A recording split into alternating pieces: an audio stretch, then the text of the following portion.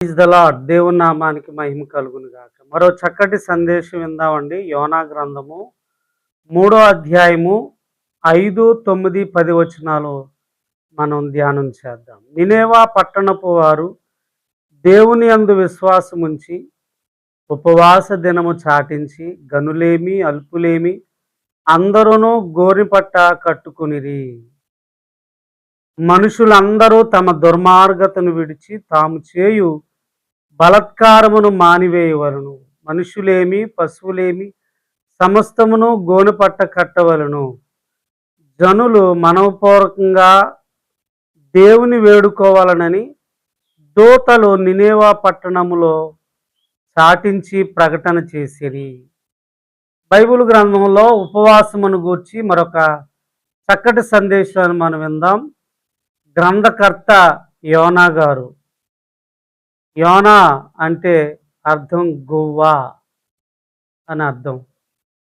ఏమండి, బైబిల్ గ్రంథంలో ఈ చక్కటి మాటను బట్టి యోనా తన స్వగ్రామము గాత్ హెఫెర్ అనేటువంటి గ్రామము.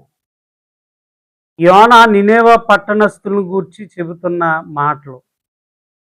1 దేవుని కరుణ, 2 జాలి ఇశ్రాయేలు వారికే కాక అన్యజాతులు వారిపైన కూడా ఉంది అని చెప్తా ఉన్నాడు. అయితే అందరూ పశ్చాత్తాపడాలి, చెడ్డ పనులు మానేయాలి, 3 దేవుని వైపు తిరగాలని చెప్పి నినేవా పట్టణస్థులకు ప్రకటన చేయడానికి వెళ్ళాడటండి ఈ యోనా. ఏమండి, అంతకు ముందు జరిగినటువంటి సంఘటనలు ఎలా ఉన్నప్పటికీ కూడా బైబిల్ గ్రంథంలో ఈ మాటలు చూస్తే ఉపవాసంలో మనం మానుకోవాల్సినవి కొన్ని మానుకోవాలి. ఉపవాసము దేవుని మందిరంలో సంఘంగా కూడి చేస్తారన్నప్పుడు కుటుంబంగా కలిసి వెళ్ళాలి. ఏమండి, అందరినీ సమకూర్చుకుని వెళ్ళాలి. ఎందుకు ఈ ఉపవాసము అని అంటే గనక, ఏమండి, ఒక బండిని ఎలా అయితే దుమ్ము ధూళి మట్టి పట్టుంటాయో అలా పట్టినప్పుడు ఆ బండికి సర్వీసింగ్ ఎలా చేయిస్తా వస్తారో, మనుషులు చేసినటువంటి అపరాధములు పాపముల నుండి పశ్చాత్తాపం పొంది విడుదల పొందించడానికే ఈ ఉపవాస కూడికలు. అందుకనే ఉపవాసంలో మనం ఏం మానుకోవాలి అంటే కనుక బైబిల్ గ్రంథం సెలవిస్తూ ఉంది కదా, చక్కటి మాట అండి. దుర్మార్గతను విడిచిపెట్టాలి అని ఉందండి. దుర్మార్గము అంటే అర్థం చెడ్డ పనులు మానేయాలి.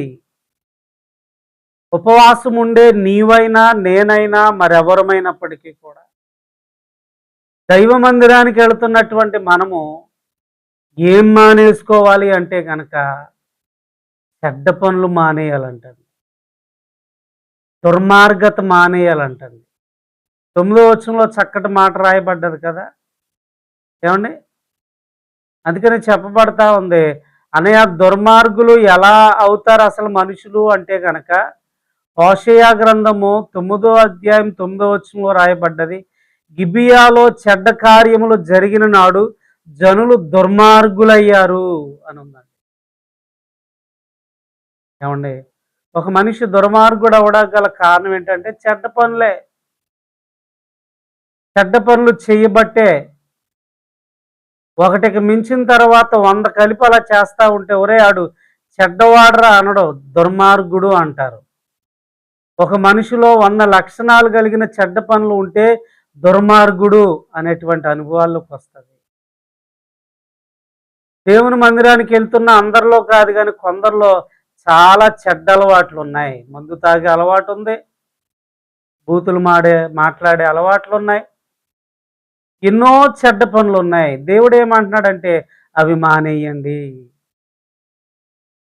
గ్రంథకర్త అయినటువంటి యోనా దేవుని బిడ్డలారా నినేవా పట్టణానికి వెళ్ళి, ఎందుకు దేవుడు నినేవా పట్టణానికి వెళ్ళమంటే తార్షీషుకి వెళ్ళిపోతున్నాడంటే, నినేవా పట్టణస్థులు ఎలాంటి వారంటే కనుక దుర్మార్గులు అని ఉందండి.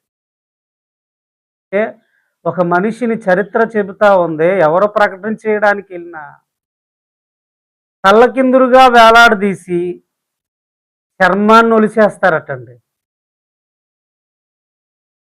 నాకు తెలిసిన దైవజనుడు ఒక ఆయన చెప్తూ ఉండగా విన్నాను. అందుకనే దుర్మార్గత కలిగినటువంటి ఆ పట్టణానికి వెళ్ళడానికి ఈ యోన భయపడి తర్షీషుకి వెళ్ళిపోతా ఉన్నాడు. అక్కడ ఉన్న వాళ్ళు ఎలాంటి వాళ్ళు అన్నయ్య అంటే కనుక దుర్మార్గులు, చెడ్డ పనులు చేసేటువంటి వారు. ఈ రోజుల్లో కూడా చాలా మంది ఉన్నారండి. దుర్మార్గత కలిగిన వాళ్ళు, చెడ్డ పనులు చేసేటువంటి వారు. ఇటు మందిరంలోనూ కనపడతారు, అటు బయట ఉండి తిరుగుతారు. అందుకని దేవుడు ఏమంటున్నాడంటే దుర్మార్గుల యొక్క గుణాలు ఎలా ఉంటాయి అంటే బైబిల్ గ్రంథం చెప్తా ఉంది. భక్తి కీర్తన 5వ కీర్తన 9వ వచనంలో ఉన్నది కదా, వాళ్ళకి యథార్థత ఉండదంటండి. 2 వారి హృదయము నాశనం గుంట అంటండి. బైబిల్ గ్రంథం చెప్తా ఉంది. దుర్మార్గుల యొక్క గుణాలు ఎలా ఉంటాయి అన్నయ్య అంటే కనుక వాళ్ళకి యథార్థత అనేది ఉండదంటండి. యథార్థంగా మాట్లాడరు, బిజినెస్గా సైడ్ మాటలు మాట్లాడతారు. యథార్థత అనేది ఉండదు. వాళ్ళ హృదయం నాశనం గుంట అంటండి. 3 చూడండి బైబిల్ గ్రంథం సెలవిస్తుంది. వాళ్ళ కంఠస్వరం అంట చూడండి, వాళ్ళ కంఠము తెరిచిన సమాధి లాంటిది అంటండి. అంటే వాసనే వస్తుంది. 4వది వారి నాలుక చూడండి దెబ్బలాడుతుందటండి. 4 లక్షణాలు చూపిస్తున్నాడండి. దుర్మార్గులకు ఉండే ఒక లక్షణాలు ఎలా ఉంటాయంటే యథార్థత ఉండదు వాళ్ళల్లో, వాళ్ళ హృదయం నాశనం గుంట, వాళ్ళ కంఠము సమాధి, వారి నాలుక దెబ్బలాడుతుంది. ఇక దెబ్బలాడతారు వాళ్ళు అంతే. యథార్థత లేని వాళ్ళు ఏం చేస్తారు? దెబ్బలాడుతూ ఉంటారు. ఇంకా మందిరానికి వస్తూ వాక్యం వింటూ బలపడకుండా ఇలాంటి లక్షణాలు నీలో ఉంటే కనుక దైవ గ్రంథం చెప్తా ఉంది, దేవుని బిడ్డలారా ఈ గుణం నువ్వు మానేసుకోవాలి, ఈ చెడ్డ పని నువ్వు మానేయాలి. మందిరానికి వెళ్ళేవాళ్ళు అలా ఉంటున్నారు, మందిరానికి వెళ్ళని వాళ్ళు కూడా అలా ఉంటే ఎలాగా? ప్రియ సహోదరుడా, చెల్లమ్మ, వాక్యం వింటున్న నిన్ను బట్టి దేవుడు చెప్తున్నాడు. ఉపవాసం అంటే పరిగెట్టుకుని మందిరానికి వెళ్ళిపోతున్నావు, ఉపవాసం చేస్తున్నావు, ఏం విడిచిపెడుతున్నావు నువ్వు? నీ చెడ్డ పనులు మానవా? నీ దుర్మార్గ పనులు మానవా? దేవుని వాక్యం చెప్తా ఉంది. ఎలా ఉంటారని ఆ దుర్మార్గులు, చెడ్డ పని చేసేవాళ్ళు అంటే యథార్థత ఉండనే ఉండదంటండి వాళ్ళకి. వాళ్ళ హృదయం నాశనం గుంట అంటండి. అంటే ఎప్పుడు మురుగు మాటలే, నాశనం మాటలే మాట్లాడుతూ ఉంటారు. మందిరానికి వెళుతూ కూడా ఇలాంటి లక్షణాలు నీలో ఉండకూడదు అమ్మలారా, ఉండకూడదు తమ్ముడా. దాన్ని విడిచిపెట్టే దేవుడు అంటున్నాడు. ఇంకా ఆయన అంటున్నాడు కదా, ఏం విడిచిపెట్టాలి? దుర్మార్గత విడిచిపెట్టాలి. దుర్మార్గత కలిగిన వాళ్ళు ఎలా ఉంటారంటే కనుక చూడండి 5వదిగా వాళ్ళు కీడు చేస్తారంటండి. భక్తి కీర్తన 52వ కీర్తన 3వ వచనంలో చెప్పబడుతుంది, వాళ్ళు ఎదుటి వాళ్ళకి కీడు చేస్తారంటండి. ఏమండి?